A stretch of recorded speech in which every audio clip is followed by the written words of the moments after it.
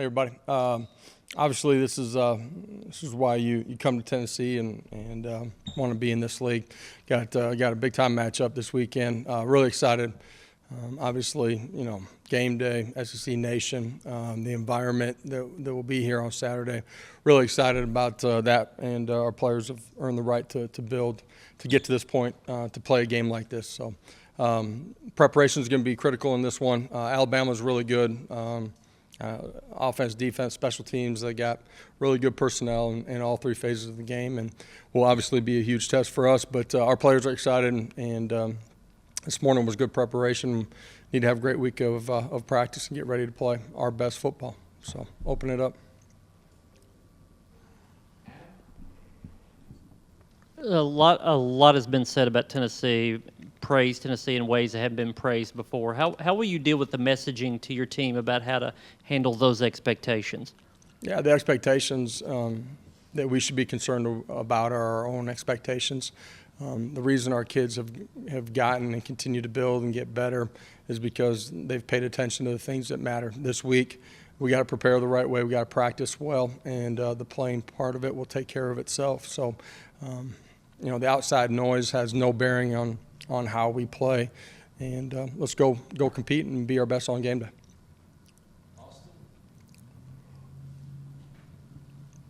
Will Anderson's such a disruptor. What impresses you about his game overall? Long, athletic. He's disruptive in the run game too. In the pass game, he's got the ability to play on an edge and cause havoc. And between their personnel being good enough to win a lot of one-on-one matchups, and then all their pressures and all their games up front, you got to do a really good job. In one-on-one matchups, and then you got to do a great job working together as all five guys. As a coach, how rewarding is it? After the Florida game, one of the things that you were critical of your team was the 4-minute drill in the fourth quarter. And then I'm sure that got some work on the practice field, and you go out at LSU and you rattle off an 8.5-minute drive in that same situation. What does that say about your squad, and how good did that feel to see? I like that we continue to get better. I told our players today, and I said at the end of last week too, our practices on the playing surface were really good last week. We continue to get better. This is what good teams do throughout the course of the season. Their focus, their urgency, their energy are all things that led to us playing the way that we did last Saturday. And so points of emphasis that our coaching staff has every single week, being critical of yourself, continuing to challenge yourself and grow, take coaching, has allowed us to continue to grow. The 4-minute drill, really excited about the amount of time that we were able to chew up and eat on the clock. Still want to go finish that drive too and punch it in. But there were a lot of positives during the course of that drive. Physicality, playing with technique. Our running backs doing a really good job too. Yeah, Josh, on Jalen McCullough, do you have an update on his status? No, I don't. We learned of it, really late yesterday, and as we gather more information, then I'll have more for you. Josh, the special teams really set the tone for obviously your offense and your team on Saturday. It's often the phase of the game that's forgotten about, but how gratifying and satisfying is it that your special teams made such a difference? Yeah, 2 huge plays early in that football game. Brooksy being able to scoop that fumble up on the sideline. I don't think anybody understands how difficult of play that is, to be running full speed, have the ball come out last second, right on the sideline, be able to stay in, focus, catch it, get down and get hit. It's a great play by him. And then the punt return was a huge play too. And great to see D out there. We've talked about him. I've talked about him. I have great trust and belief in him, but for him to go out and do it right away was awesome to see for him and the 10 other guys on that unit. So special teams is going to be critical in this one. Field position's critical. Obviously, what they're doing with their punt returner is special, and we got to do a great job on all of our cover units. A couple of quick things, Josh. First off, the daily Cedric Tillman question. How is he doing, and how's all that? I was wondering if that was going to be the second question or how deep we'd get in.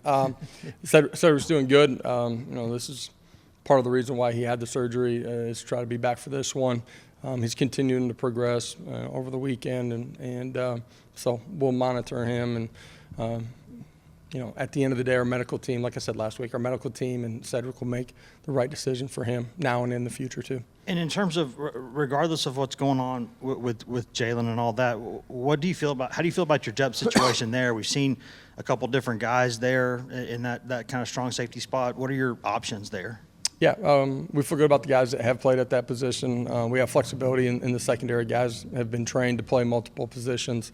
So we'll see as the week unfolds here, but have great trust in all those guys. Just to follow up on that opening kickoff, how much of that, you said you guys had worked on that, how much of that was seeing what the right look on tape, and was the sun a factor? Because it looked like the returner was kind of looking I don't know, at the sun might have been a factor.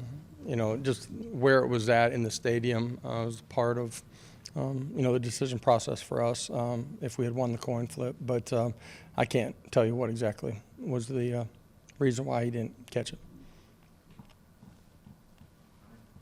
Why was Gerald Mincey unavailable on Saturday, and what's his status moving on He this just week? wasn't available. We anticipate him being ready to play in this one.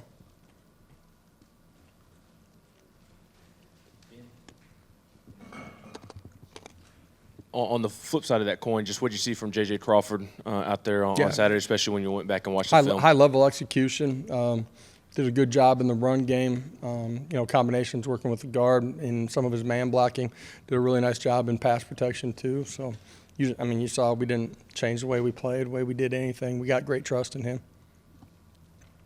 Coach, with Byron Young, I think he had 1 sack through the first 4 games and had 2.5. Byron Young on Saturday. What can that do for him to finally get home and finish some of those plays? And yeah, sometimes as a pass rusher, you don't always have control about the end result. You try to win your one-on-ones, you win your games that you're running with the interior guy, and you try to apply pressure to the quarterback. You can't always get home based on him getting rid of the football. But he's been consistent, violent, disruptive, playing with speed, playing with great urgency, energy, and was able to get home a couple of huge plays in the football game for us. Changed the way the game was played. He's got great confidence. He continues to get better. His best football is still way out in front of him. He's a young football player, but continuing to get better. And his effort and how he's practicing is showing up in the way that he's playing. Coming into the year, you had some defensive linemen that just didn't have a whole lot of experience. Dominic Bailey, Bryce, and Eason. Can you speak to the level of play that Coach Garner is getting out of that group? Because it feels like they just are getting better and better every week. Yeah, Coach G, Coach Eck with the Leos too. Those young players have really continued to grow, and a lot of those guys that you talked about just changed their attitude and the way they approach things. And I'm talking about in the off season, and because of those things, man, their purpose and the way that they practice every day is so different. And now they're gaining a bunch in just their level of play.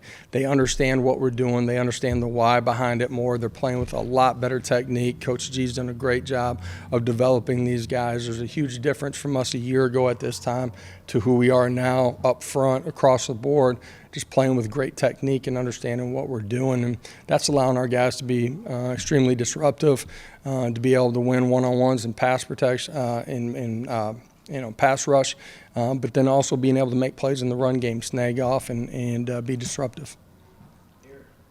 Josh, defensively, what are the challenges in defending a guy like Jamir Gibbs, who leading rusher, leading receiver, kind of a dynamic player in that offense? Yeah, he's explosive, so you know that they're going to try to find ways to get the ball in his hands. In the run game, you're best not to let him get started. If he does, he's got the ability to take it the distance. He's got good vision and pace behind the line of scrimmage. When he sees a hole, he's able to hit it. He does a really good job of making people miss too. So we got to bottle him up in the run game, and then when they use him in the pass game too, you got to do a great job of taking him away and matching him out. Just to follow up on Jalen McCullough, the process, like, are you talking to administration? Are you gathering facts for yourself? How does those conversations go? Yeah, as they gather information, we'll have a conversation based on the facts of it and then go from there. Josh, just what challenges do Bryce Young present, and then if he's not able to play, just what have you seen from Mill Road these last couple of weeks? Yeah, I mean, Bryce has played at an elite level for a long time. arm talent, be able to be accurate with football, great decision maker back there. The X factor for him is his ability to move and extend and make plays outside of the pocket and inside of the pocket. He does a good job of finding the soft spot in the pocket. When he escapes, he's a thrower first, and finds guys if you don't match them out and you're in zone coverage, and then has the ability to tuck it and make big plays too. So he's got the ability to put and apply pressure to you in all ways. Yeah, athletic, dynamic with the ball in his hands. Just, you've often talked about winning one-on-ones. How pleased have you been with your wide receivers winning some of those one-on-one matchups? Yeah, it's a big part of creating explosive plays in the pass game. We got great trust in those guys, and obviously Hendon does too. And we've been able to create a bunch of big plays in this one. That's got to be a part of the game too. Back here, Coach. Being physical is one thing, but what's the mindset you have got to take going in to play a team that's had so much success over the years like they have? Yeah, I mean, for us, it's about us, And, we look back at last year and the things that we did that hurt Tennessee. So prepare in a great way, practice well, and that will lead you to kickoff. And, we don't have to do anything extraordinary. We got to do the ordinary at a really high level, and then go late on the line and compete for 60 minutes.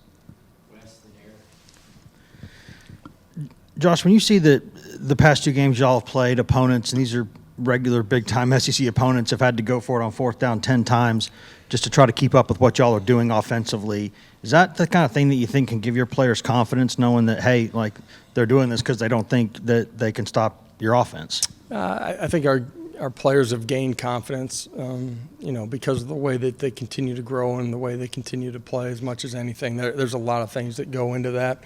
Our kids have been so much more consistent in their preparation, their habits, and getting to kick off the right way. That's got to be the focus for us right now. Everybody in the program is excited about Saturday afternoon, and I know our fan base is too. Great thing about being a fan is you get to enjoy the week of just the build-up. As competitors, coaches, and players, man, it's about your routine, it's about your habits, it's about preparing the right way, and then we'll be ready to play. Alabama's defense, very aggressive. Obviously, it's a Nick Saban coach defense. On tape, what have you seen from them so far? Yeah, typical, great personnel. They're long, they're athletic at all positions. They're physical in their front seven. The ability to run sideline to sideline, which can cover things up. And then scheme-wise, you got to be able to handle everything from them. That's front variation, that's coverage. You got to be in sync with your front. That's in your run game, that's in your pass protections. And your wideouts and quarterbacks got to see the secondary the right way.